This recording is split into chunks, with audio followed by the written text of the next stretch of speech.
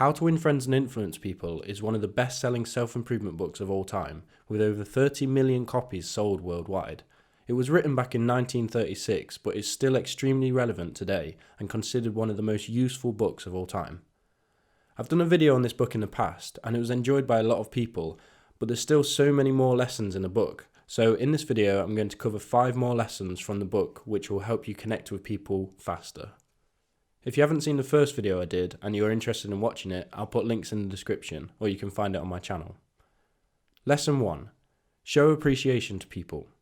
Dale Carnegie says, appreciation is the legal tender that all souls enjoy. A survey was done which asked employees to rank what motivates them most at work. Before managers saw the employees' answers to the survey, they were asked to predict how they thought their employees would answer.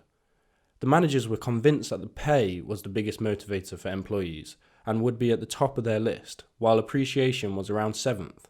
The survey showed that employees put appreciation right at the top and pay was actually around 5th.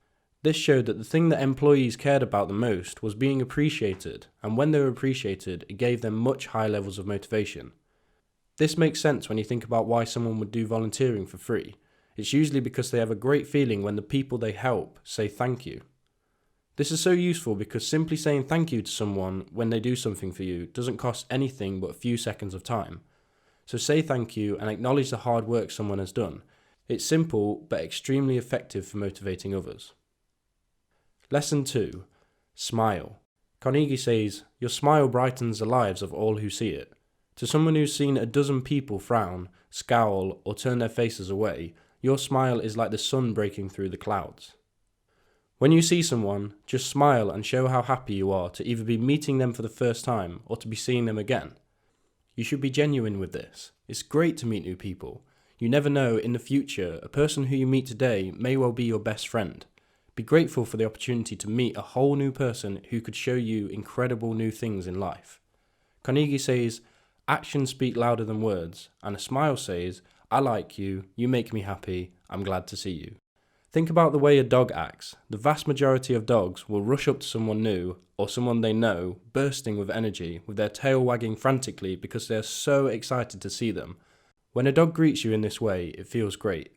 The amount of energy they show instantly puts you into a playful mood, and if you were feeling bad before, then they suddenly change your state into a much more positive one.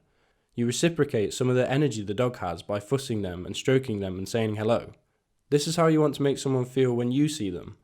Obviously don't rush over to them and go crazy like a dog, but do have a high level of enthusiasm. Make it clear just how pleased you are to see them or to meet them for the first time. Don't forget you could be meeting your future best friend, so smile. Lesson 3. Be a good listener.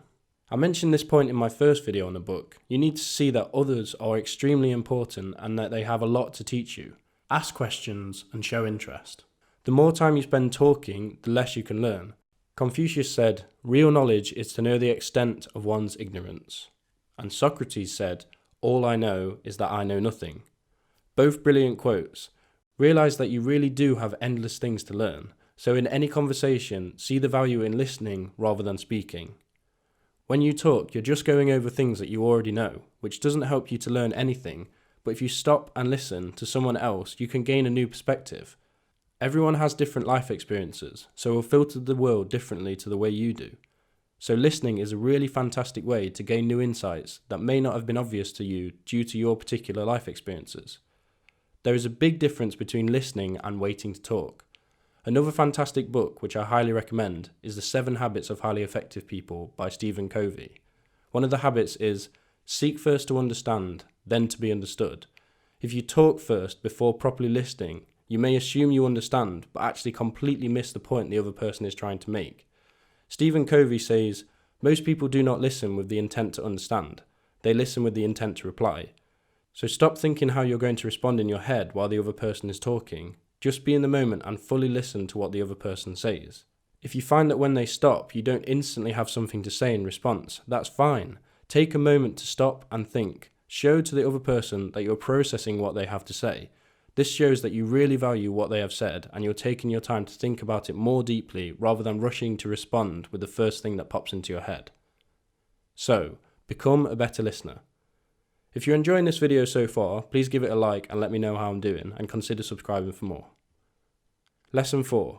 Don't argue, you never actually win. Dale Carnegie says you can't win an argument because if you lose it, and if you win it, you lose it. Don't forget the quote, all I know is that I know nothing, so see disagreements as something positive that you can learn from. If you get angry and argumentative, the other person will close off and the discussion is pointless because each person gets solidly entrenched in their way of thinking and nothing productive comes from it. I did find this lesson a little confusing because I thought it meant not sticking up for yourself in moments when you disagree with someone, and I strongly believe that you should voice your opinions and not be worried about conflict. I love the way Joe Rogan thinks about conflicts. He believes that honest conflict has more social value than dishonest harmony. He calls people out on difficult topics, but while he does it, he remains calm and is open to hear the other person's point of view. This is exactly what Dale Carnegie means. Don't have an argument, have discussions instead. So, avoid all unnecessary arguments and allow others to voice their opinions. You don't have to agree, just don't enter into shouting matches, because ideas can never be pushed into someone's mind. They have to be willingly pulled in. So don't argue, you never win. Lesson 5. Don't resist, agree first. When you first enter into a discussion with someone, simply repeat back to them what you do agree with before making any opposing points. For example, say you're trying to sell a product to a potential customer and they tell you they're going to buy another product from a different company because they know they have a really fantastic build quality.